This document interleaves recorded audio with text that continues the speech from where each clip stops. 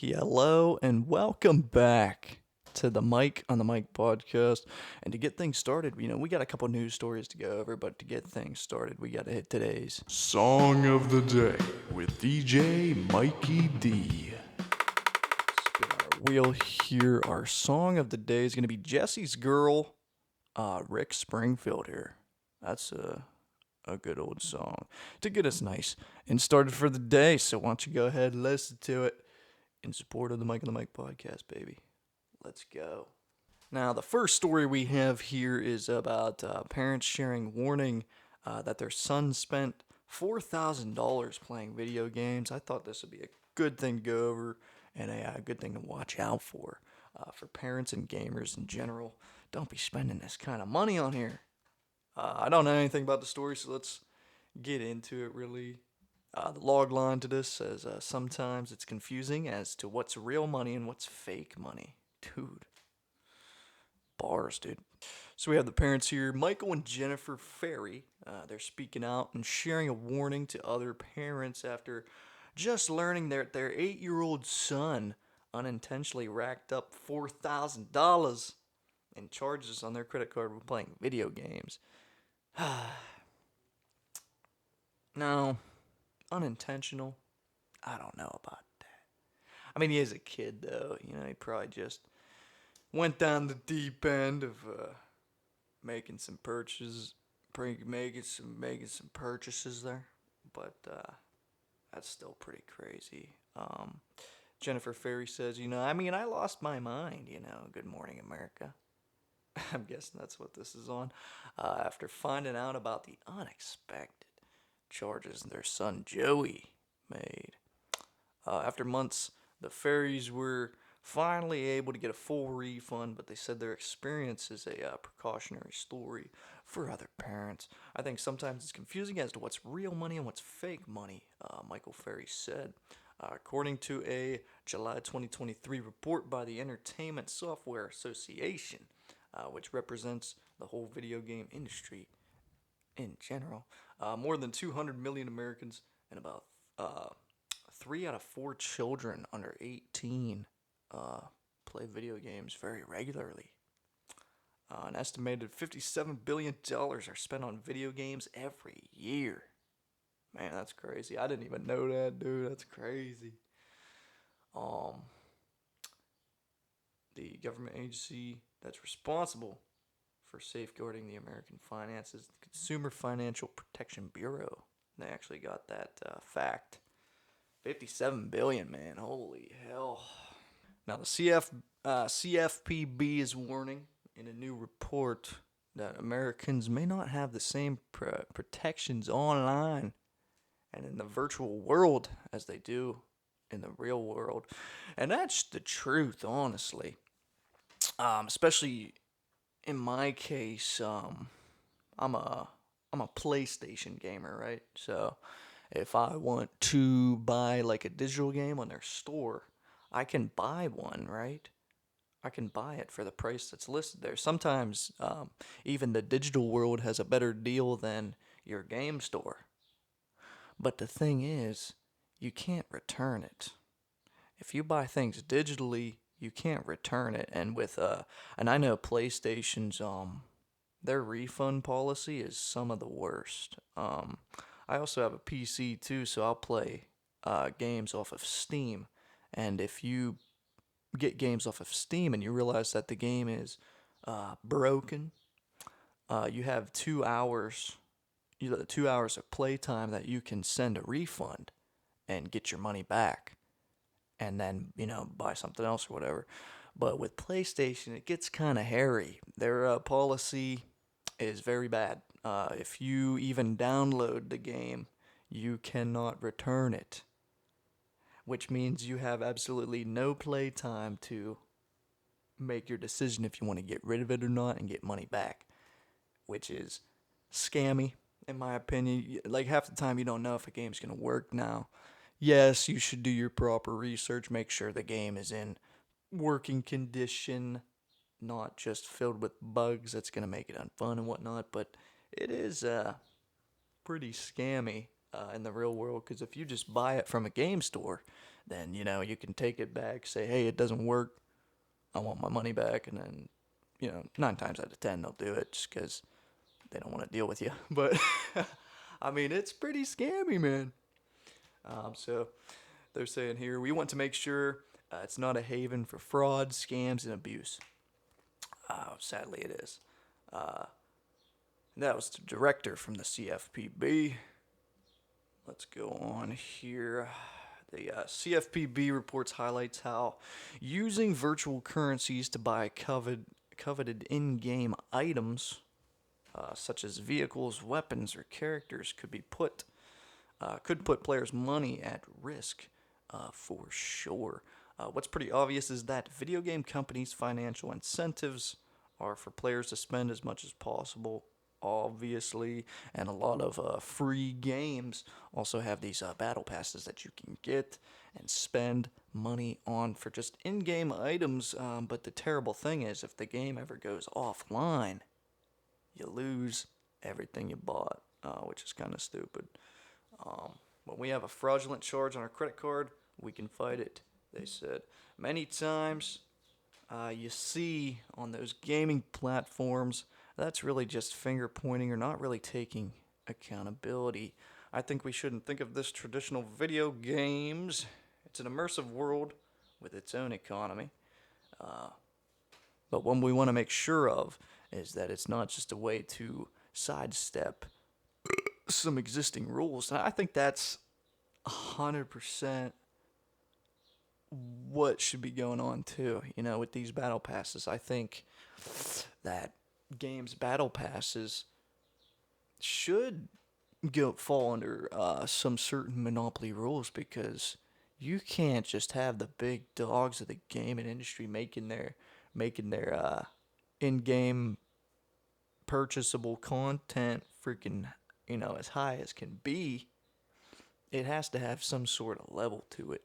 I think it should follow some certain economic policies. Okay. Wow, I just sounded like a genius there.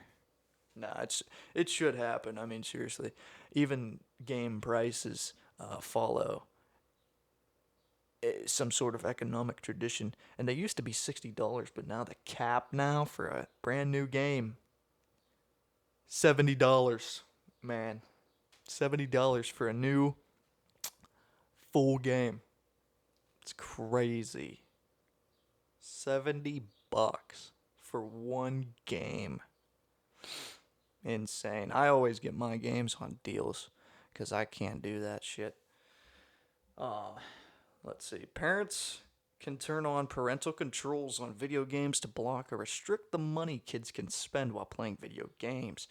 Parents can also consider linking a child's account to a prepaid gift card instead of just using the credit or debit cards, which is actually a very good idea. I'm actually glad they went off of that, because if you do have your credit card or debit card in gaming stores, whichever platform you are using, you can just straight up put things in your cart. Maybe you'll forget about them and whatnot, and then you go to buy something and you buy all of that on accident. And I've done that before. just me being stupid, and I didn't double check, but that is possible. And I feel like children are more prone to that because they just don't look. They don't care. You know what I mean? So I think putting money in their account with a gift card, it just puts it as a wallet balance, and it's just, hey, like if you put maybe $50 into it, that's all they have to spend. They can't overcharge nothing. But if you have your credit or debit card in there, it's gonna charge it no matter what. You know what I mean? They want that money. That's a very good idea. I'm glad they did put that in there. Yeah, you can put money, and you can even put instead of just buying the gaming gift card, you can just dump money that you have in your card in there. So you could give them like $50, If they got a good report card, you're like, hey, yeah, I'll toss $50 in your account. You can buy anything you want, buddy. You know what I mean? That's a good idea. I do like that. Yeah, unfortunate. The whole gaming industry, man. I'm not a big fan of it right now. Just with those in-game purchases alone, It's like, yes, they make the game for free. You can enjoy the game with some buddies, but if you want to, if you want to get any items to make the game a little bit different, you gotta pay money, which sucks. I hardly do it.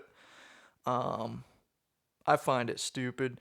If there's ever a game for free that friends want to play, I barely buy anything in it. I just download the freaking free stuff and just go at it. I mean, and especially with shooter games, because I'm not very good at them. So that's just the way that I do it. But yeah, what a pain in the ass for this family. I feel bad for them. The kid probably didn't know any better. That's our first story of the day. A pretty crazy one. We went a little crazy there, but I'm a gamer myself, so I had to go into it. Um, but yeah, that was that. We got the song of the day earlier. It was Jesse's Girl. Oh, fantastic song. But now, I'm obviously gonna get hungry later tonight, so we're gonna see. What the hell's for dinner with DJ Mikey D? Oh yeah, what the hell's for dinner with DJ Mikey D? Let's spin our wheel here. And our wheel has sausage. I'm gonna be having sausage for dinner, and that's it. I haven't had a good sausage in a while. Just like hot dogs, I don't eat hot dogs very often. And same with the sausage here, other than like breakfast sausages. But I'm hoping, this is a dinner sausage, so I gotta, crock pot it as they do. I think crock pot of sausage and sauce, peppers and stuff. That's what I'm gonna do. And I haven't had one in a good minute. We're gonna get into our second story of the day here. Gonna freaking give it to you here. So this headline was a pair enjoyed some pricey meals and bolted when it was time to pay. Dine and Dash. Their Dine and Dash ended in jail, it says. So let's get into it here. Just to preface, I think dining and dashing is just the worst thing you can do in a restaurant. You just had, especially with these, they had some pricey meals. Um, the whole kitchen staff in the back, made that stuff for you. Your servers are helping you out by refilling your drinks and stuff. It's like you're just being an ass. So let's get into this. This was there in London. I was in London, not here in London. I'm not there. A Welsh couple who dined out on pricey meals and bolted when the bill came is now paying the price behind bars. Bernard and Ann McDonough, I'm just going to say McDonough.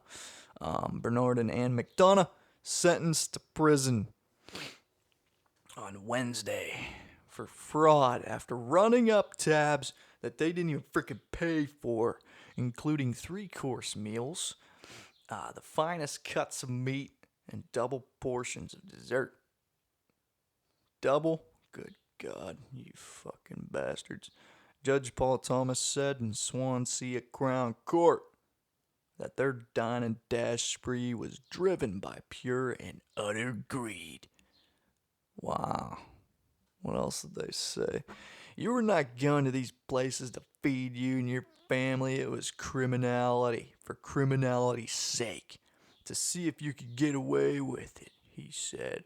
I have no doubt, apart from the greed element, you had got a buzz out of what you were able to get away with. Even worse, the judge said they were ruthlessly exploitive and using their children as a ploy. When a bank card was declined for lack of funds, they would leave at least one of 6 children behind at the table. Oh my God, they have 6 children doing this? They would leave one of them behind? Oh, wow. They would leave one of them behind at the table while they went to receive money. bull crap from a cash machine, ATM. That's what we call them here. They never returned to pay up, and the children would eventually flee to a waiting vehicle, which I'm assuming their vehicle. That's crazy. Good God. The couple who covered their faces as they hustled into court previously pled guilty to 5 counts of fraud. They stiffed 4 restaurants and a Chinese takeout business of nearly 1,170 pounds, which is equal to $1,485 in U.S. money. Yeah. And that was all dated for crimes back in last fall. That didn't even include this. Man, they must do this a good bit here. The two who have several previous convictions and use more than 40 allies got caught after restaurants posted images of them on social media saying, "Beware of these fucking assholes." Now, I wish it said that. That'd be awesome. And McDonough, who also admitted to 4 counts of shoplifting. So these guys just do these petty crimes. It's unreal here. She was sentenced to 12 months in prison. Who also admitted obstructing a constable. I don't know what that. When she lied, said she was 9 months pregnant to get out of jail after being arrested. And she was not expecting a child at that time. Okay. I see what you did there. Her attorney, Andrew Evans, said she was grieving deaths in the family. Though he didn't elaborate. He said she had carried out the crimes to make herself feel better for grieving deaths in the family. Yeah, okay.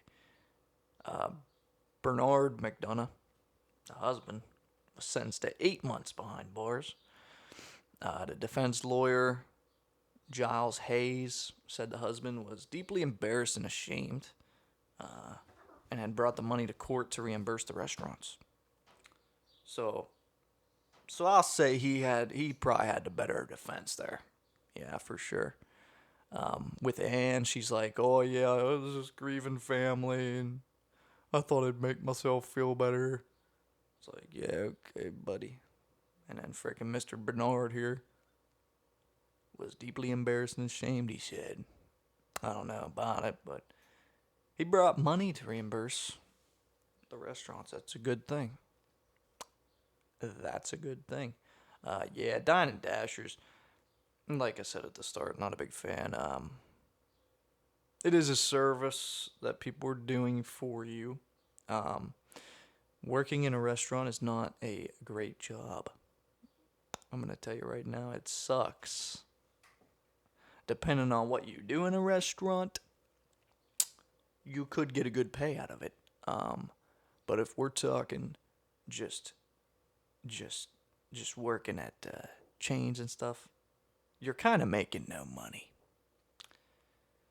And that's the problem. Why dine and dash people that have no money?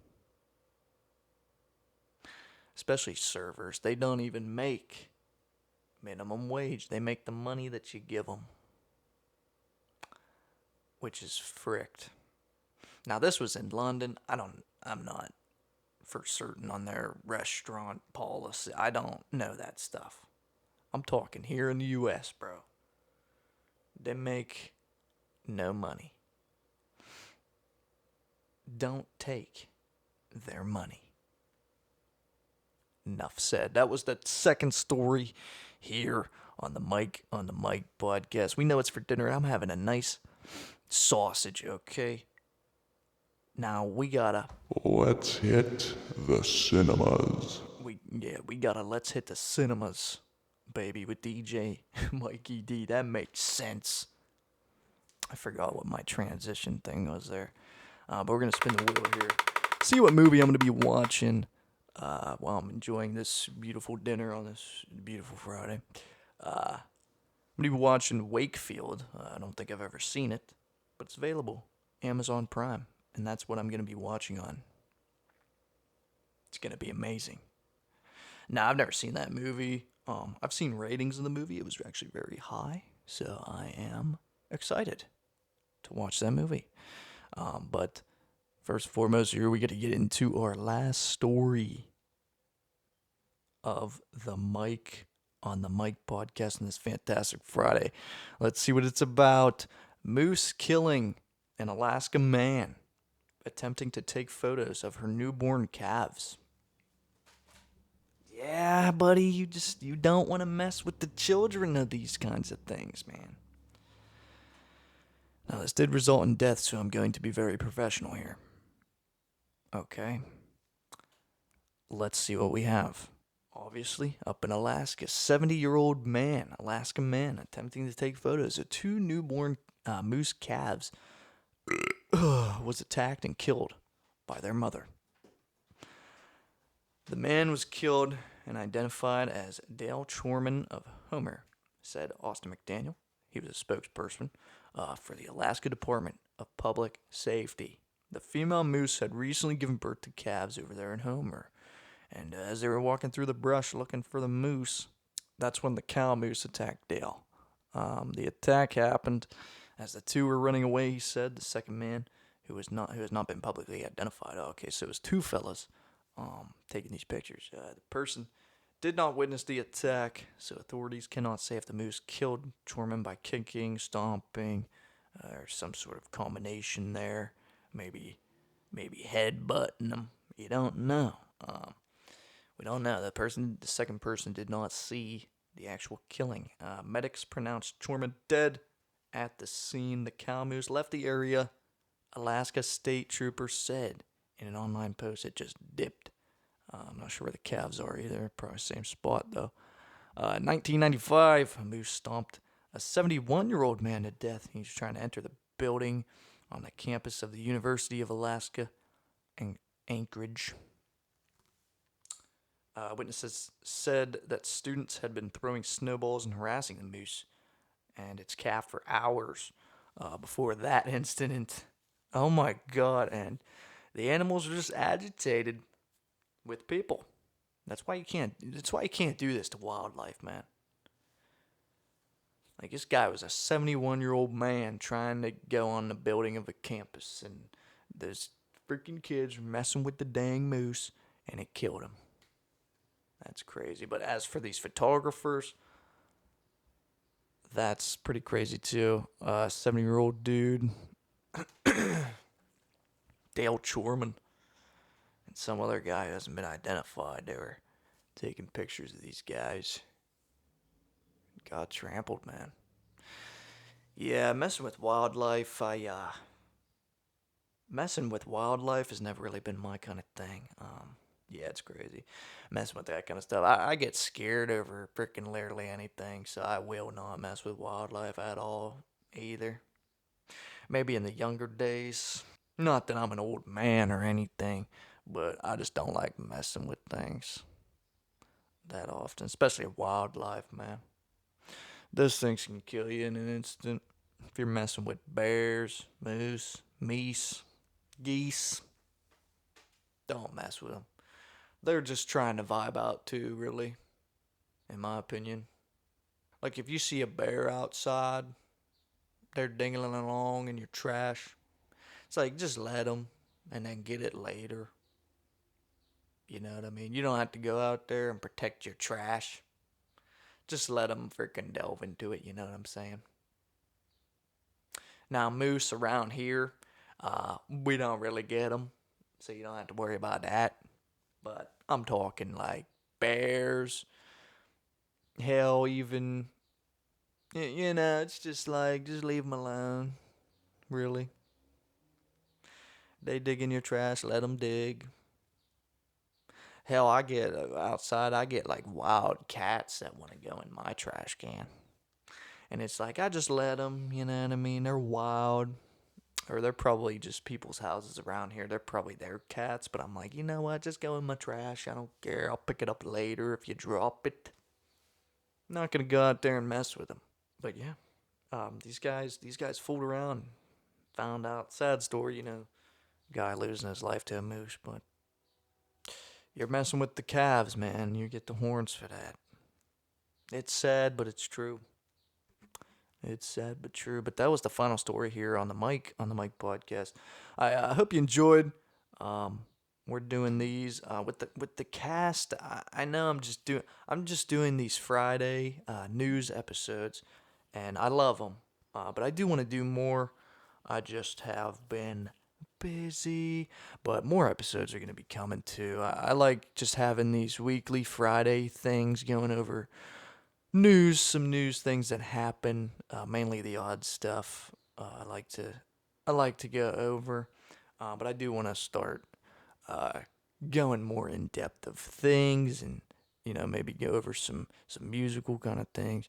But those are just going to be uploaded randomly. I'm always going to have this news Friday episode, and for right now it's on Fridays. Could change. I don't know, but I do want to go over more things here on the Mike and the Mike podcast, so you just got to stay tuned for it. It's going to happen.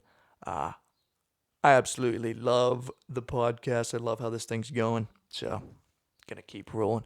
But for now, we just got the news Fridays going as is, and if you ever see anything just popping up, that's because I'm going hard in the paint. Okay, here on the Mike and the Mike podcast, I'm DJ Mikey D.